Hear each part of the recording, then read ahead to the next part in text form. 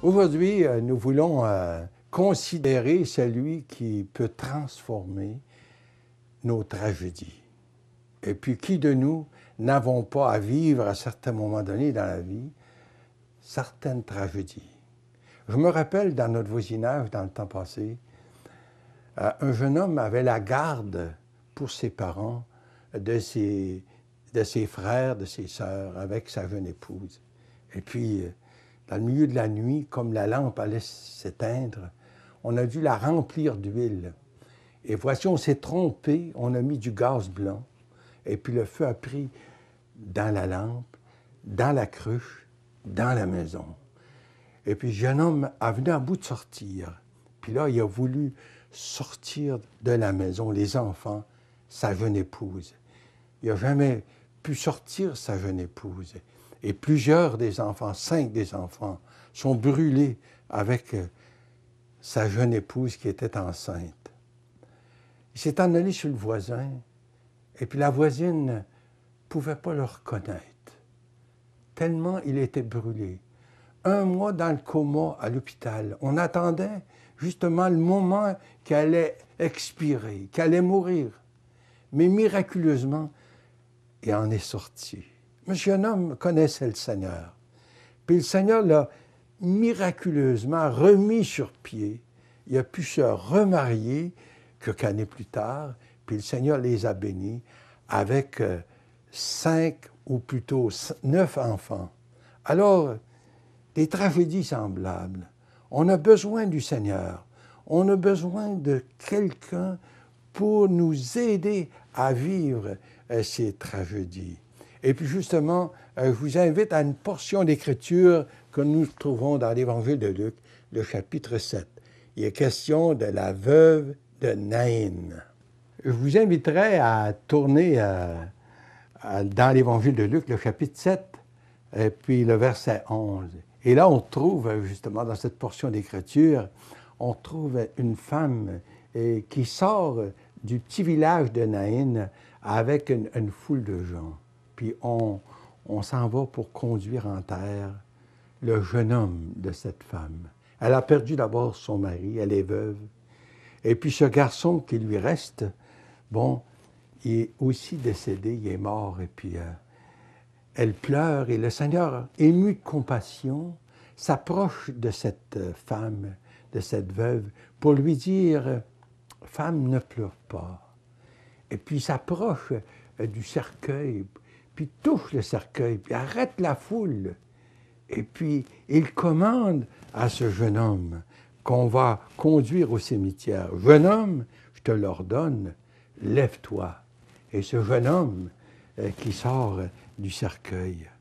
Alors, chers amis, on voit comment Jésus ici a pu transformer puis changer cette tragédie puis rendre à cette pauvre veuve son garçon qui vraiment était la seule, sans doute, possession qu'elle avait.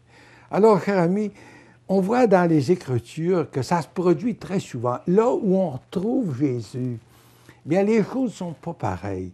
Les tragédies prennent une autre forme. On pense justement à ces disciples qui un jour traversent la mer.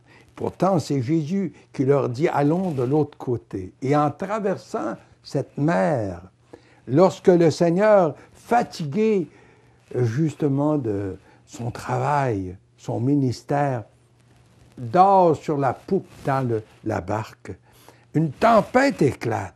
Pourtant, c'est des gens habitués à la mer. C'est des pêcheurs, plusieurs d'entre eux. Et voici que ces gens, la mer est tellement, c'est un peu comme, en fait, ce tourbillon que les Américains ont vécu ces derniers mois.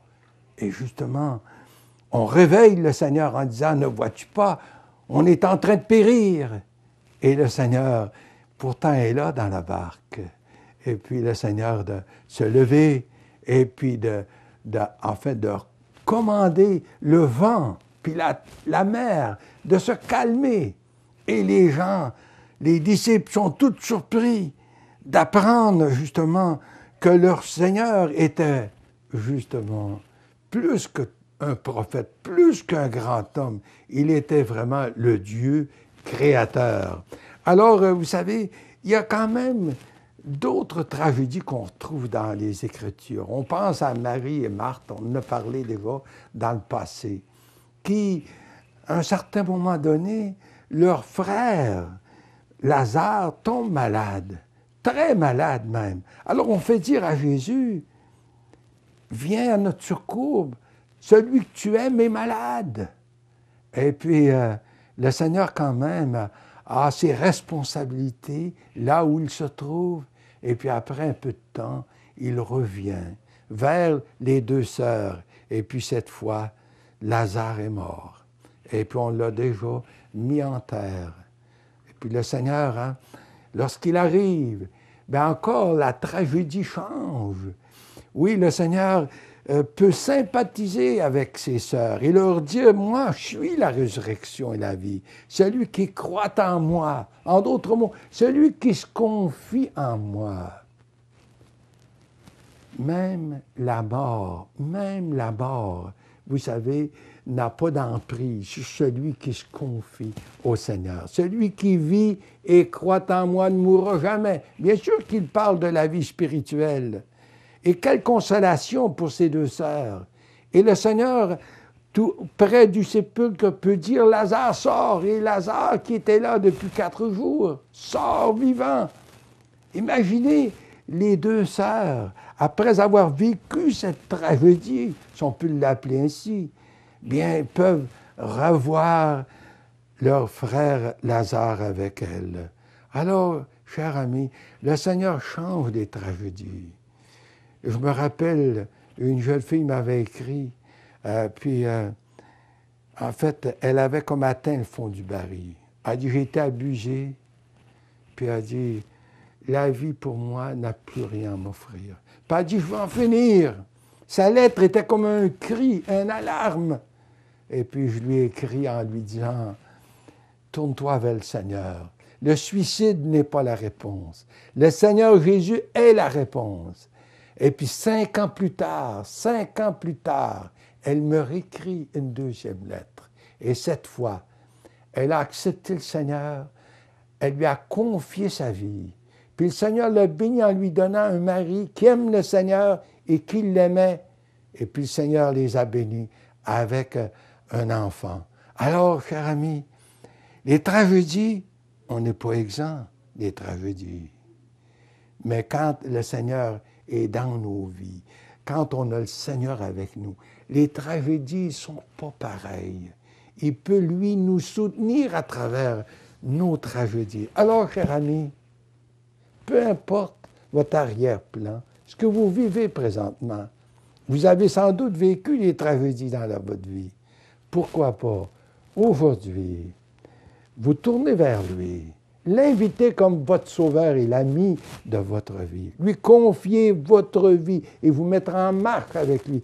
Commencez à cheminer avec lui dans la vie. Lui, à travers les tragédies, va changer les événements. Alors, chers amis, vous avez besoin de Jésus. Tournez-vous vers Jésus. Acceptez-le comme votre sauveur et l'ami de votre vie. Amen.